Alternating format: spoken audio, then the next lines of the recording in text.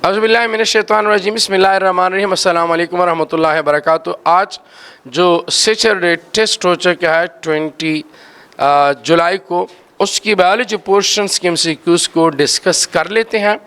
First number MCQ दिया हुआ है the intra cellular structure that convert light energy into chemical energy is. तो यहाँ पे जो ऑप्शन दिए हैं इसमें हमारे पास क्लोरोप्लास्ट ऑप्शन सी जो है वो करेक्ट है। क्यों? क्योंकि क्लोरोप्लास्ट एक ऐसी सेल ऑर्गेनेली है जो कि लाइट एनर्जी को केमिकल एनर्जी मीन ग्लूकोज की फॉर्म में स्टोर करती है, और ये हमारे पास फिर ग्लूकोज जो C6H12O6 जो फोटोसिंथेसिस के प्रोसेस में बन चुका है, अभी बाकी के सिस्टम के लिए एनर्जी अवेलेबल होगी। सेकेंड एमसीक्यूज पे आते हैं। Which organelle is observe in animal cell but absent in plant cell.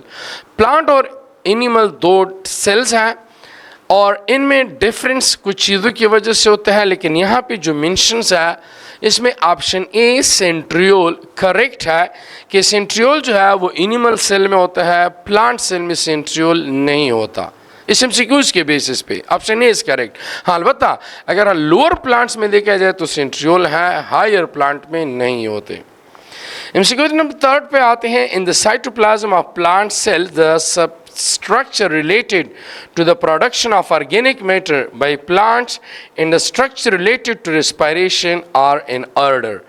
कहते हैं कि फोटोसिंथेसिस के साथ कौन सी सेल ऑर्गेनेली रिलेटेड है और रेस्पिरेशन के साथ कौन सी सेल ऑर्गेनेली रिलेटेड है।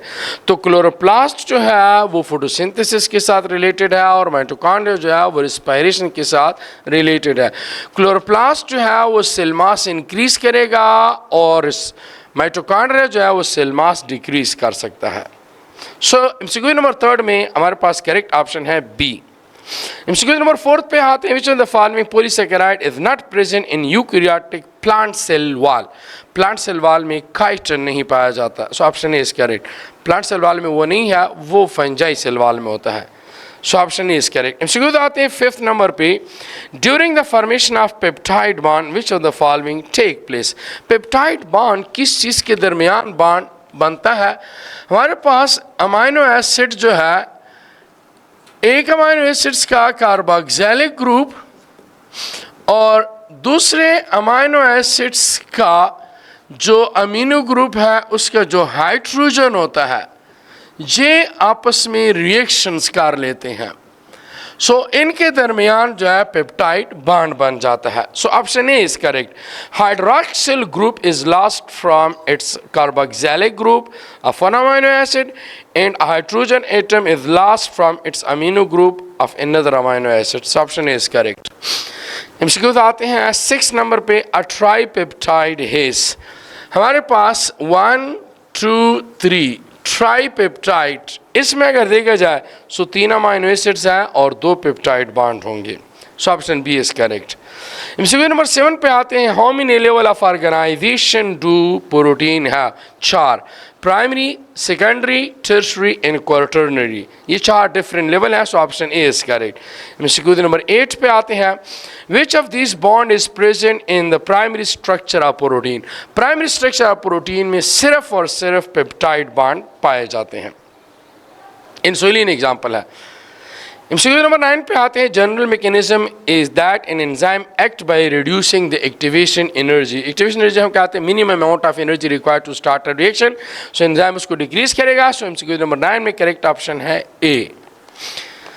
एमसीक्यू नंबर आते हैं 10। Blocking of enzyme action by blocking its active site is called competitive inhibitor. So option C is correct. Inhibitor हमारे पास 2 है, एक रिवर्सिबल और एक इरिवर्सिबल।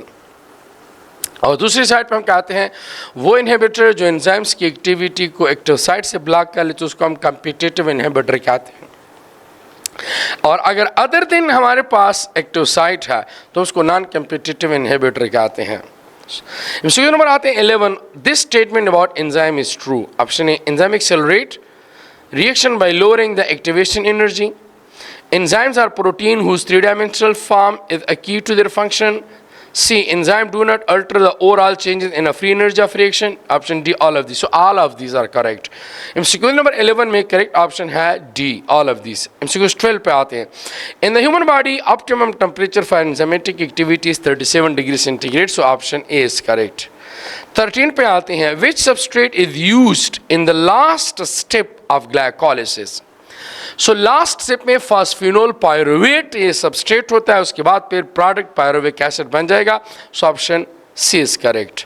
14 पे आते हैं. The product form in the first substrate level phosphorylation in glycolysis is.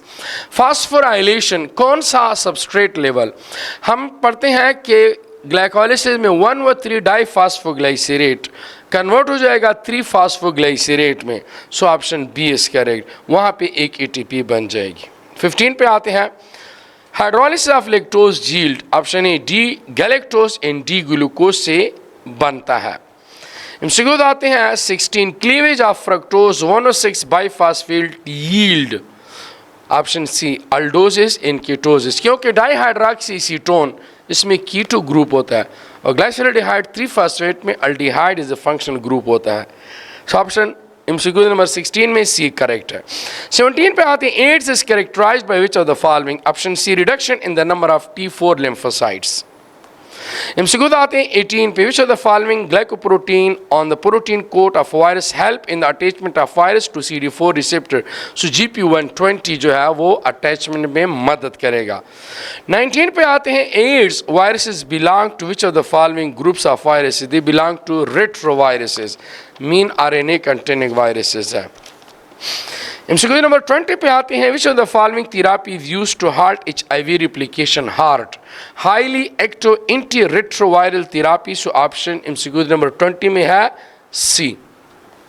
21 cluster of polar flagella और ट्रम इज.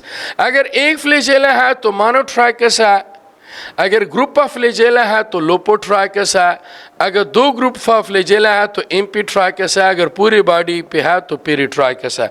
तो यहाँ पे option C लोपोट्राइकस.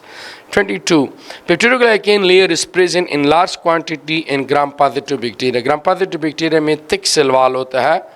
Option A is correct.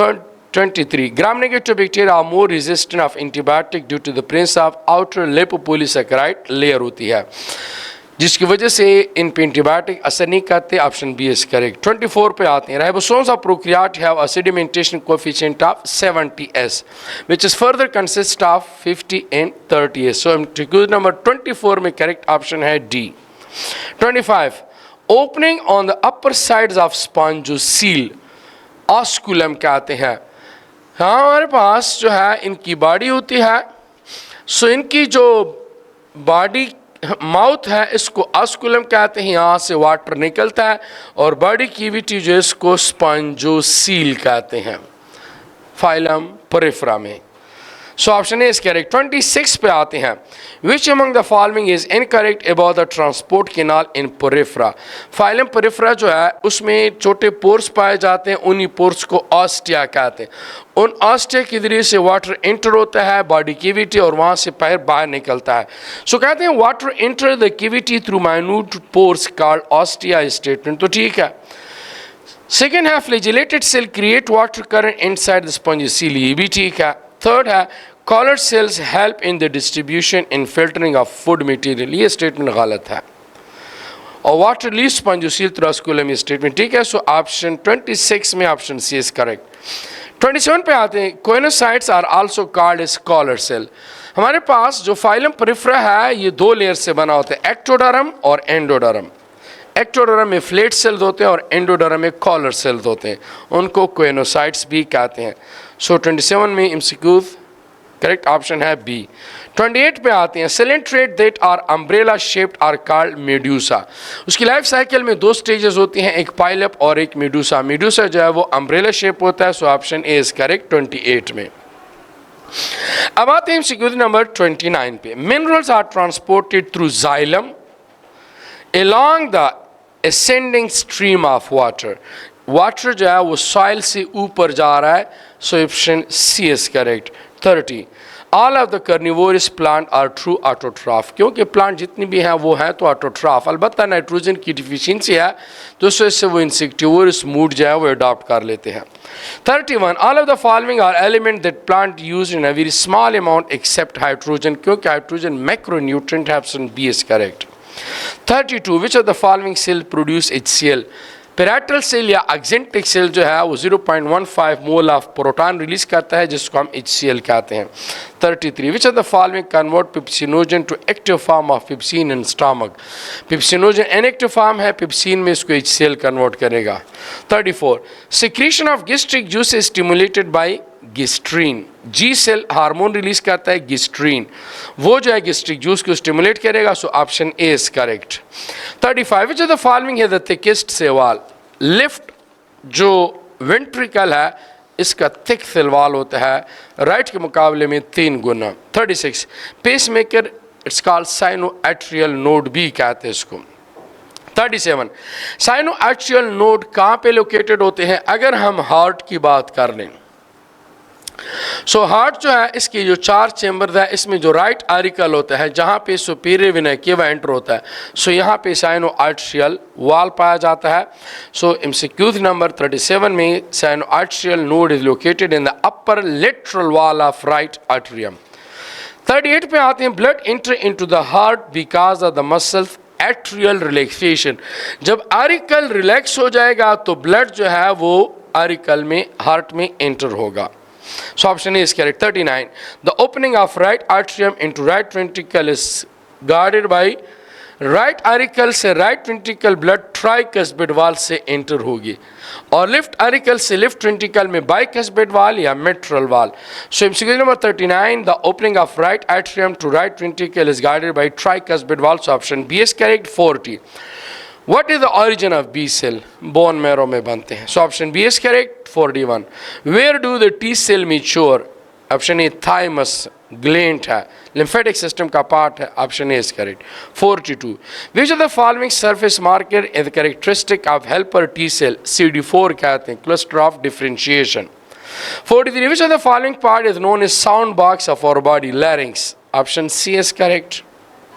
44 Dash prevent the food from entering into the glottis during swallowing, epiglottis जो है वो control करता है और opening of the larynx is called as glottis which is guarded by a elastic cartilage called epiglottis।